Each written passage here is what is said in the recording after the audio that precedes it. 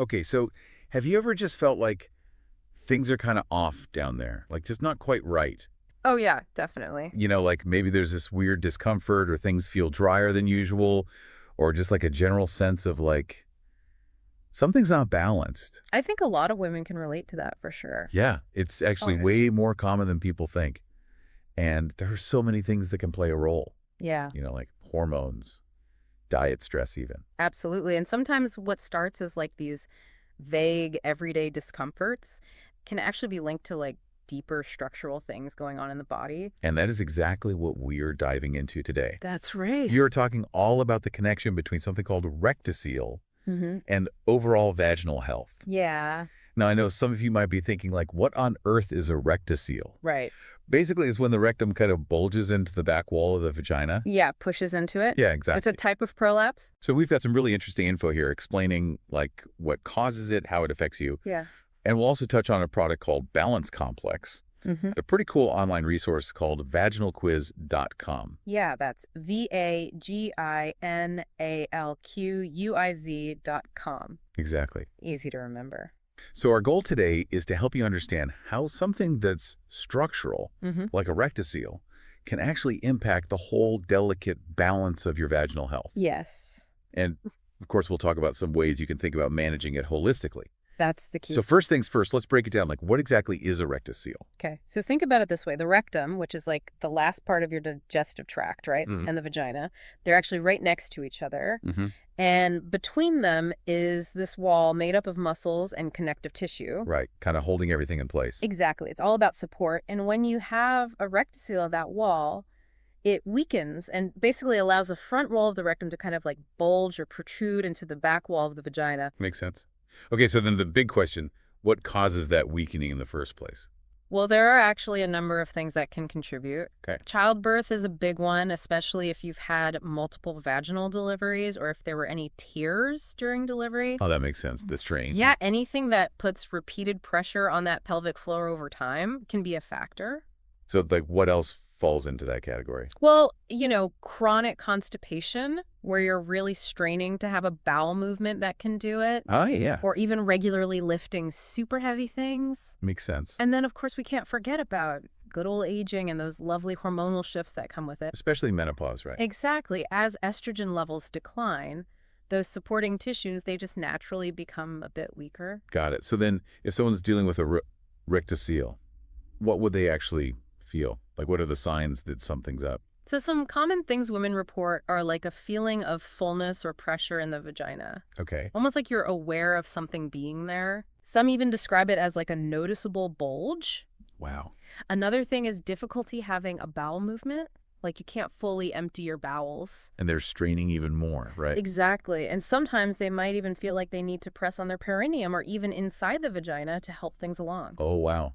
I can see how that would be uncomfortable. Yeah, for sure. And then we've got pain during intercourse. That's a common one too, right? Very common. It's called dyspareunia. Dyspareunia, okay. And this is interesting. Some women also experience urinary issues. Really?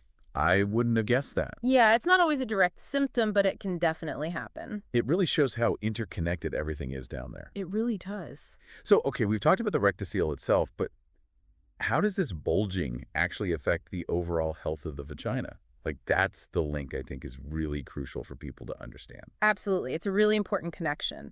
So while a rectocele is a structural problem at its core, Right. its presence can actually set off this cascade of effects in the vaginal environment. Like, what kinds of effects are we talking about?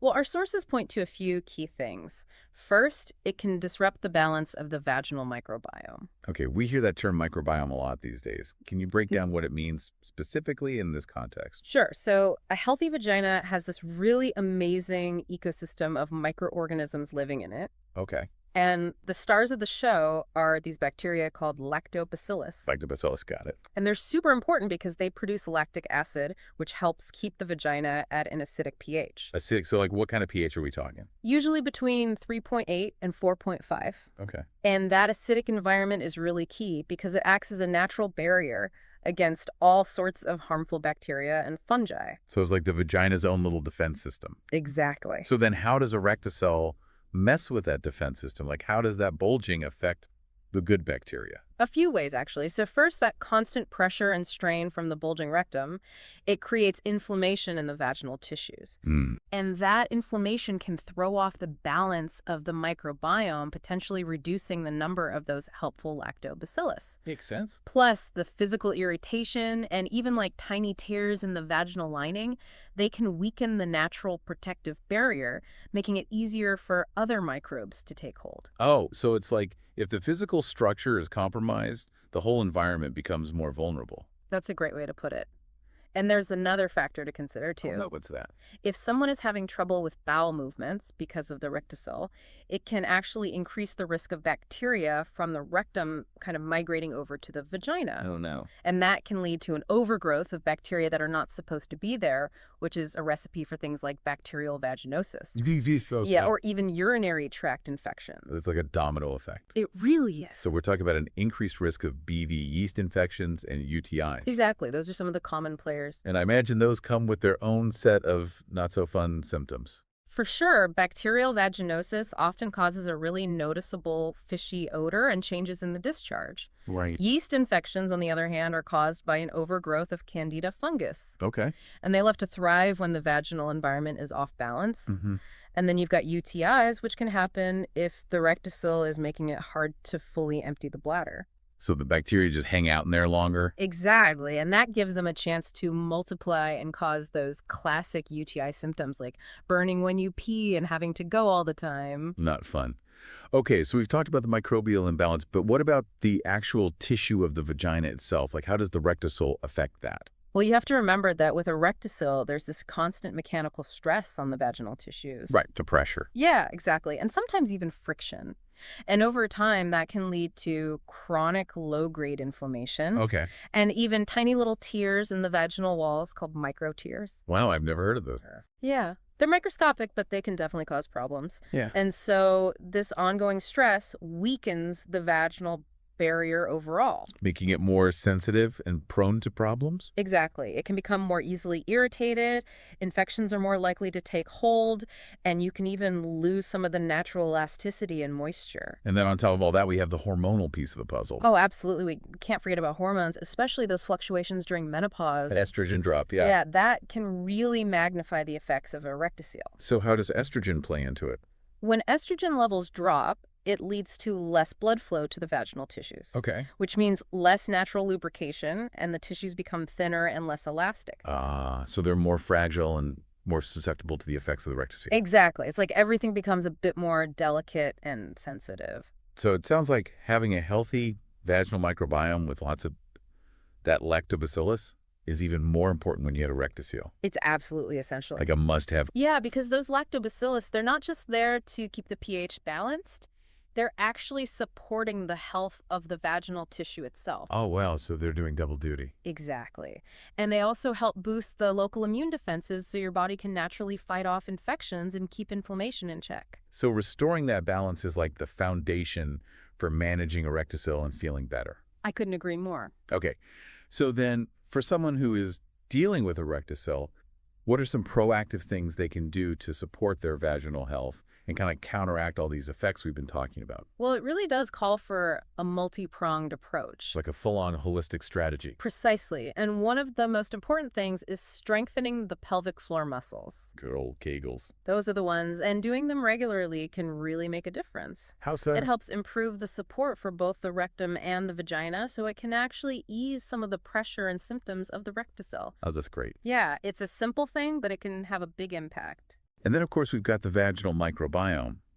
How can someone work on restoring and maintaining that balance? Probiotics are a fantastic tool for that. Like the ones you take orally. Those two. But in this case, we're talking about vaginal probiotics that contain specific strains of lactobacillus bacteria. Okay, so which strains are we looking for? Well, some of the key players are Lactobacillus acidophilus, L. rhamnosus, L. reuteri, L. plantarum, and then there's Bacillus coagulans. Bacillus coagulans, got it. And these guys can really help replenish the good bacteria and get that healthy acidic pH back in balance. I'm writing all this down. It's good stuff. Okay, so then what about the inflammation? We talked about how that's a big factor with Rectocele. Right, and thankfully there are some natural ingredients that have anti-inflammatory Like, properties. for example, Aloe vera is a great one. aloe vera soothing. Yeah. Yeah, it can help calm irritated tissues, promote healing, and reduce swelling. And then there's reishi mushroom. Reishi mushroom. Okay, I've heard that's good for the immune system too. It is. It's got a lot of benefits. Yeah, very cool. Yeah. Okay, so then we've got to talk about preventing those secondary infections like BV and yeast infections. Absolutely. That's a huge part of the strategy. So what can we do there? Natural antimicrobial agents can be really helpful here, things like oregano leaf extract and caprylic acid. Okay, and those target the bad bacteria and fungi. They do, and the great thing is they tend to do it without disrupting the good bacteria that we're trying to protect. That's what we want. Exactly. Okay, so we've covered a lot of ground here, but is there anything we can do to specifically support the health of the vaginal tissue itself? There is nutrients that promote tissue repair and resilience are key. Okay, like what? The aloe vera actually does this too. Oh, wow, it's a multitasking superstar. It really is, and then there are various antioxidants that can help as well. So it's all about giving those tissues the building blocks they need to stay strong and healthy. Exactly. So this is all super helpful and really paints a picture of a well-rounded approach to managing Rectocele and supporting vaginal health. Yeah. Now, our sources also mention a product called Balance Complex.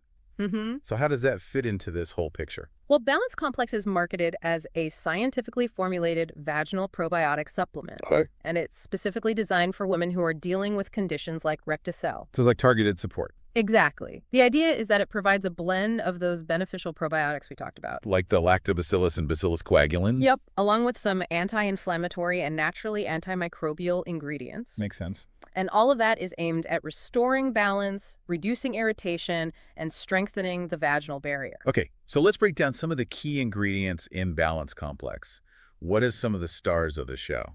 Well, the foundation is a really potent vaginal probiotic blend with 100 billion CFUs per gram. Wow, that's a lot.